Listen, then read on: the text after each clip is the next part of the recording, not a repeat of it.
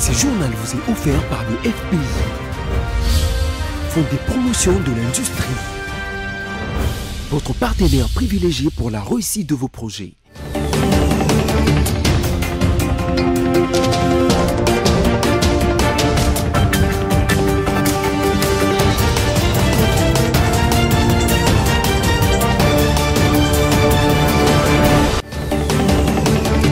Vous êtes incomparable, vous qui employez de votre temps à vous informer au jour le jour et à respecter les rendez-vous avec la rédaction de BCTV.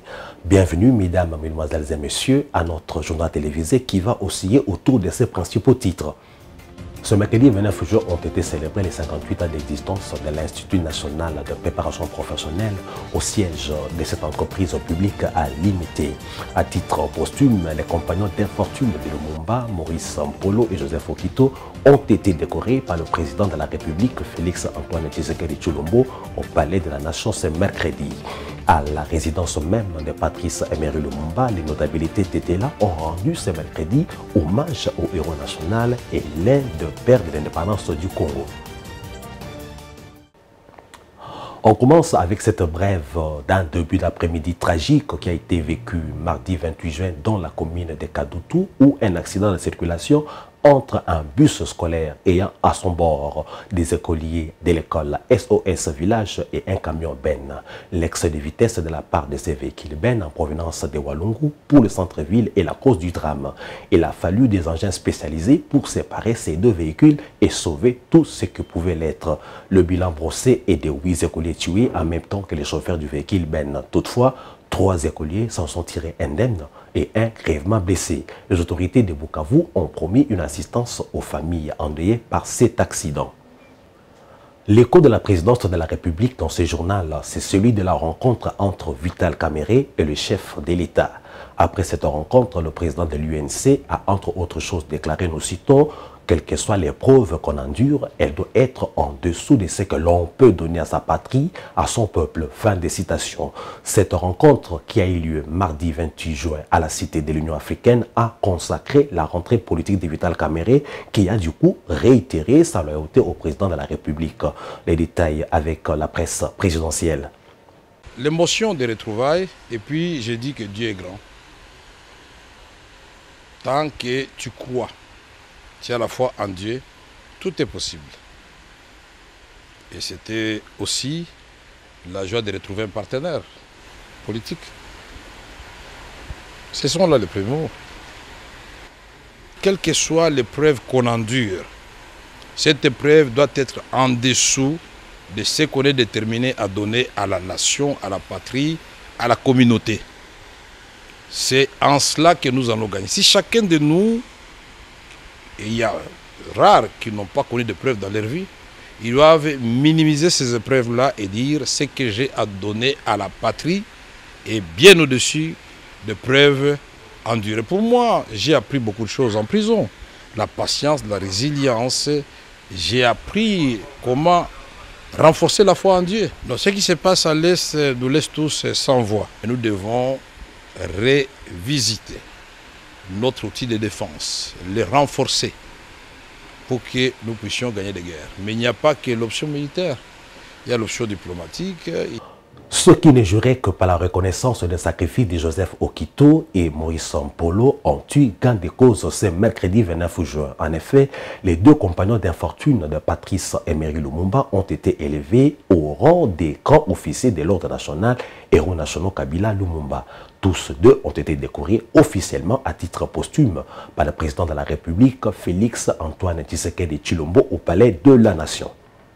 Hommage des notables Tétéla à Lumumba. Notez à ce sujet que ce matin, le cercueil du héros national Patrice Emery Lumumba a quitté le Palais du Peuple pour la suite de son itinérance sur différents sites qui ont marqué la vie de l'illustre disparu de son vivant. Parmi ces sites, sa résidence officielle où il a vécu avec sa famille. Les notabilités Tétéla s'y sont rendues, histoire de lui rendre un dernier hommage. Suivez ce reportage qui portait la signature de Bernadette Kamango. Ils étaient là tous. Ils, ce sont les chefs coutumiers de la province du Sankuru revêtus de leurs apparats pour leurs circonstances. À côté d'eux, certaines figures politiques du terroir. Parmi eux, Olengankoy et Cheikh Kitundu. Tous deux ont déclaré que le retour de la relique de Patrice Emery Lumumba sur la terre de ses ancêtres est un moment historique et mémorable qui doit inciter à la continuité du combat de ce héros national. Quand on est mort pour une cause juste, pour défendre le plus faible, ou la cause de la défense des droits fondamentaux des êtres humains, eh bien, cette cause reste à jamais. Nous, nationalistes, nous faisons tout pour suivre le testament qu'il a laissé. Il a demandé à ce que nous continuions le combat qu'il a mené.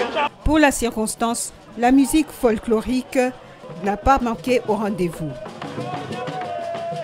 Une façon de saluer l'épopée de son fils. Même les mamans, militantes du parti lumumbiste Palou, ont exhibé des pas de danse, une manière congolaise de célébrer la mémoire d'un chef. Les chefs coutumiers, pour leur part, se sont inclinés devant le cercueil qui transporte le reste de la dépouille mortelle de Patrice Lumumba. Après cette étape de la résidence familiale, le cortège s'est ébranlé pour le Palais de la Nation pour d'autres cérémonies.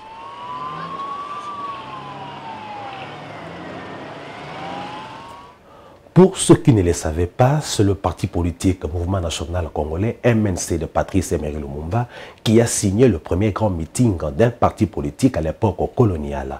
Lumumba, qui a tenu ses meetings sur la place Victoire, l'a fait en décembre 1958, quelques jours seulement après son retour de la conférence panafricaine Dakar, tenue plus tôt en décembre de la même année. Suivez. Le premier grand meeting politique organisé par un parti politique congolais à l'époque coloniale est à l'actif du Mouvement National Congolais, MNC en sigle, sous l'égide de Patrice Emery Lumumba. Celui-ci, alors qu'à travers son livre « Le Congo, le pays de l'avenir est-il menacé ?», publié en 1956, il avait répandu des idées pro-coloniales. Après son retour de la conférence panafricaine Dakar, organisée du 5 au 13 décembre 1958, conclura sa conférence tenue sous la place de la Victoire en plein quartier Matongé en ces mots. Nous citons: « Le Congo ne peut être considéré comme une colonie ni d'exploitation ni de peuplement et son accession à l'indépendance est la condition sine qua non de la paix. » L'objectif du mouvement national congolais est d'unir et d'organiser les masses congolaises dans la lutte pour l'amélioration de leur sort, la liquidation du régime colonialiste et de l'exploitation de l'homme par l'homme. Fin de citation. Il faut signaler que c'est ce meeting qui est à l'origine des émeutes des 4 et 5 janvier 1959. Mue par l'émulation ou par la jalousie, l'alliance des Bakongo, Abaco en sigle de Kasavubu, a eu l'ambition de dépasser absolument le succès du meeting de Lumumba. Voilà pourquoi elle a annoncé son meeting sous la même place Victoire et c'est l'interdiction de ces meetings qui a déclenché les protestations des partisans de l'Abaco et la répression sauvage qui s'en est suivie. Ce qui a été suivi de l'arrestation puis du relâchement de Kasavubu après sa corruption par la puissance coloniale. En réaction, Lumumba organisera un autre meeting en juillet 1959 où il rendit hommage aux victimes tombées les 4 et 5 janvier 1959. À partir de là, la Belgique usera des stratégies de division des Congolais qui conduiront finalement, avec la bonne posture de la coalition des partis nationalistes, à la table ronde de Bruxelles où sera fixée la date de l'indépendance du Congo. Des initiatives pour former le premier gouvernement du Congo post-colonial ont eu pour protagoniste le ministre belge des Affaires générales en Afrique, Ganchof van der Merwe, Lumumba et Joseph Kasavubu se sont soldés par le compromis pour accepter Joseph Kasavubu comme président et Lumumba comme premier ministre. Apprenez davantage à travers ces récits. Après la table ronde de Bruxelles où la date des élections locales libres a été décidée pour le 22 mai 1960, ainsi que la date de l'indépendance fixée au 30 juin, il y a eu tentative pour former le premier gouvernement du futur Congo indépendant. C'est le ministre des Affaires générales en Afrique, Ganchof van der Merwe, qui donne le ton le 13 juin 1960 en nommant Lumumba informateur. Sa charge est d'examiner la possibilité d'un gouvernement d'union nationale.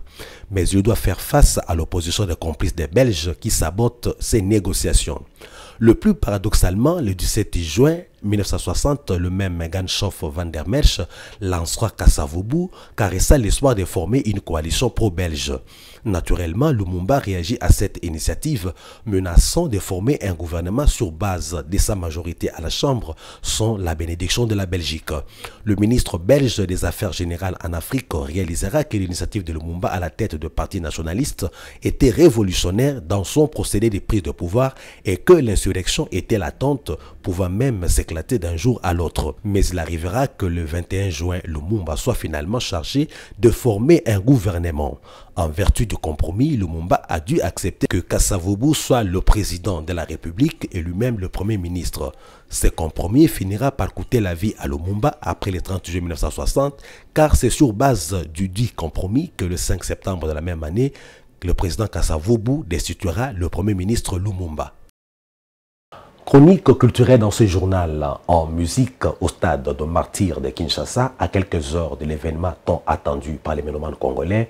Le décor est déjà planté afin que demain jeudi 30 juin, le méga concert du groupe Wenge Musica BCBG 4x4 soit à la hauteur des attentes des mélomanes. Ce concert, qui aura lieu 25 ans après la séparation des ténors de ce groupe, est placé sous le signe de leur réconciliation. La confirmation est faite par le producteur d'après ses commentaires de Bernadette Kamango. Le 30 juin de cette année, jour de la célébration des 62 ans d'indépendance de la RDC, coïncide avec l'événement historique dans la musique congolaise de la réunification du groupe mythique Wenge Musica. 25 ans après la dislocation du groupe, revoir encore les Bana Wenge, devenus aujourd'hui des messieurs respectables et respectés, sur le même podium relève d'un exploit. Malgré les murmures qui ont entouré les préparatifs de ce concert, les motivations ont primé pour la tenue de ce spectacle, c'est-à-dire la réconciliation, la paix, la réunification, le soutien psychologique aux FARDC, ainsi que la remise d'une partie des recettes comme appui social aux veuves des militaires qui sont au front dans l'est du pays, sans oublier les veuves des artistes musiciens décédés. Pour la petite histoire, le clan Wenge s'est confirmé vers les années 80 devant les grosses pointures de la musique congolaise. Seule leur persévérance et le dur labeur a fait qu'actuellement ce groupe est devenu une référence. Par son impact, il a valorisé l'image ternie des musiciens congolais qui était celle de la délinquance et du voyoutisme. Ce dernier a inspiré beaucoup de jeunes à se lancer dans la musique. Ce patrimoine national a vu le jour sur la rue d'Iba Boma dans la commune de Bandalungwa.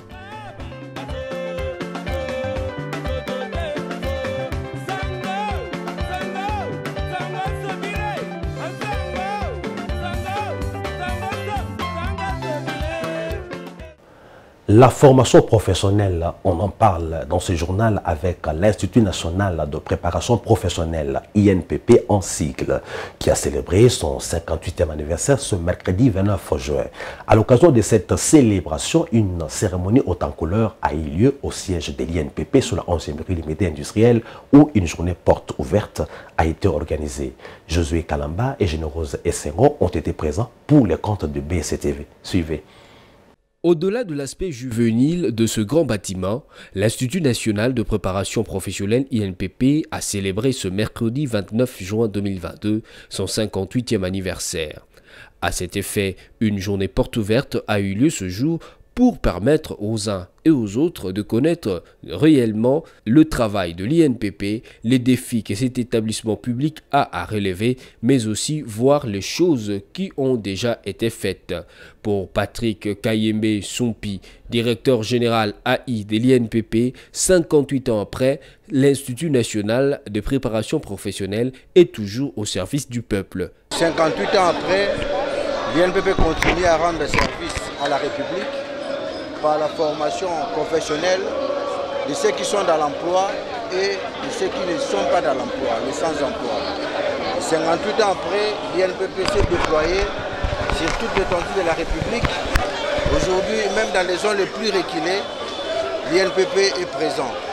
Et l'INPP assure cette formation à travers la République et nous avons des formateurs, plus ou moins 1500 formateurs pour assurer la formation de sans-emploi et des gens qui sont dans l'emploi. Invités à prendre part À cette célébration, le représentant de la ministre de l'Emploi, du Travail et de la Prévoyance sociale, Claudine Ndoussi, a écouté religieusement les préoccupations de l'UNPP, ce avant de lancer l'ouverture officielle de cette journée porte ouverte. Je voudrais seulement vous assurer que vous n'avez pas péché dans le désert, tant bien même que ce forum n'est pas, c'est une fête, ce sont les 58 ans d'âge que nous devons fêter, mais vous n'avez pas péché dans les déserts. Au nom de Madame la ministre de l'Emploi, Travail et Prévoyance sociale, je procède au lancement de cette journée porte ouverte. Je vous remercie. Notez que un autre temps fort a été la visite des différents départements à la grande satisfaction des invités. En sport, plus précisément en football, notez que 2 finales de la Coupe du Congo ont été organisées mardi 28 juin 2022 au stade des Martyrs de la Pentecôte. Une première en version féminine et une deuxième en version masculine. Le club vainqueur sont les tout-puissants Mazembe du côté des dames aux dépens du CSF Bikira ainsi que le DSMP qui a fait courber les chines à l'Athletic Club Rangers. Le récit de ce final nous est donné par notre stagiaire Daniel Kolobi. Le ballon de Wakabo Fafetia dans la surface de terre. Chez les messieurs, la finale a opposé le Dari Club Motema Pembe à l'Athletic Club Orange. L'unique but des Imaniens est l'œuvre des Baïndoula, but marqué traditionnellement dans les temps additionnels. Notez que l'AS Rangers a joué en infériorité numérique pendant une bonne partie de la deuxième période après l'expulsion de Mwimba Issala à la 57e minute. DSMP a réussi ainsi son pari de retourner en Afrique après avoir abandonné le championnat d'élite de la Lina Foot au profit de la Coupe du Congo. Chez les dames, c'est le TP Mazembe qui a décroché son premier titre national en battant le CSF Bikira sur la note de 3-1. Le TP Mazembe a été supérieur dans le jeu au CSF Bikira qui a eu du mal à développer son jeu sur le terrain. Le Corbeau ont marqué dès déjà la 18e minute de jeu par le truchement de Naomi Kabakabasiala et puis par Merveille Kanjinga Mangouli à la 31e minute et par Esther Dikisha dans la seconde partie, signalant que l'unique réalisation des Quinoises est le fait de Senga Dola à la 86e minute. Information additionnelle à travers la revue de presse.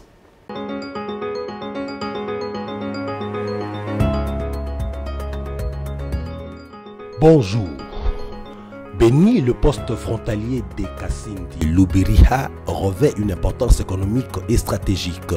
C'est ce que Radio-Okapi.net a publié dans sa rubrique économie de ce mercredi 29 juin 2022. Selon ce média, ce poste est reconnu comme étant stratégique dans le commerce transfrontalier entre le Nord Kivu et les pays frontaliers de l'Est de l'Afrique, dont l'Ouganda, le Kenya et la Tanzanie, et il est l'un des plus importants du pays, pour autant qu'il est la voie d'exportation et d'importation de plusieurs marchandises. Cependant, signale le site onusien, l'insécurité sur les tronçons qui séparent la douane de Kasindi d'avec la ville de Béni reste encore un grand défi à relever. Mediacongo.net, dans sa rubrique sport, a écrit sur Claude Makelele qui a dit n'avoir jamais refusé de jouer pour les Léopards. Ces médias rapportent les propos de l'ancien international français d'origine congolaise qui, au micro de l'émission 90% Football, a révélé les circonstances qui l'ont conduit à porter le maillot des Bleus. Vous savez, a-t-il dit, avant de critiquer, il faut connaître l'histoire. Les Congolais n'ont pas cherché à savoir les raisons qui m'ont poussé à ne pas jouer au sein de l'équipe de la RDC. Lorsque j'avais 16 et 17 ans, mon père est venu faire part au sélectionneur des Léopards et au ministre des Sports de l'époque que son fils, Claude Makelele, évoluait déjà en pro à Nantes et il serait mieux de le prendre. Malheureusement, ces derniers ont refusé de m'intégrer aux Léopards vu mon âge. 2 mois après, a-t-il ajouté, il sera convoqué en équipe de France U20. À l'époque, lorsque vous portez le maillot d'une sélection, vous ne pouvez plus revenir sur votre décision. Prise en charge des maladies tropicales négligées, le ministre de la Santé encourage DND à poursuivre ses études thérapeutiques. Sous ces titres, 7 sur 7 procédés renseignent qu'une délégation des DND, Initiative Médicaments pour lutter contre les maladies tropicales négligées, conduite par son directeur exécutif Bernard Bekoul en séjour à Kinshasa, a été reçue en audience le mardi 28 juin 2022 par le ministre de la Santé publique, Hygiène et Prévention, Jean-Jacques Mbongani. Les deux parties ont fait un tour d'horizon des avancées enregistrées pour l'amélioration de la prise en charge des maladies négligées en RDC, comme la drépanosomiase humaine africaine, THA en sigle, le VIH pédiatrique, etc. C'en est fini, chers téléspectateurs, avec la revue de presse de ce jour. Merci d'y avoir fait attention.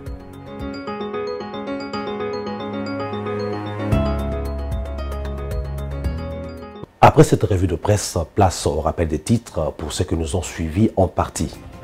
Ce mercredi 29 juin ont été célébrés les 58 ans d'existence de l'Institut national de préparation professionnelle au siège de cette entreprise publique à Limité. À titre posthume, les compagnons d'infortune de Lumumba, Maurice Mpolo et Joseph Okito, ont été décorés par le président de la République, Félix Antoine Tshisekedi Tshilombo, au Palais de la Nation ce mercredi. À la résidence même de Patrice Emery Lumumba, les notabilités Tétéla ont rendu ce mercredi hommage au héros national et l'un des pères de l'indépendance du Congo.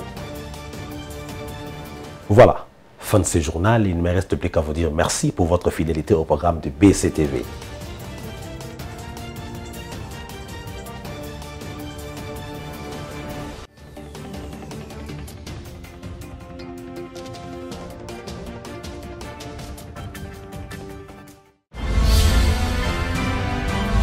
Ce journal vous a été offert par le FPI, Fonds des promotions de l'industrie, votre partenaire privilégié pour la réussite de vos projets.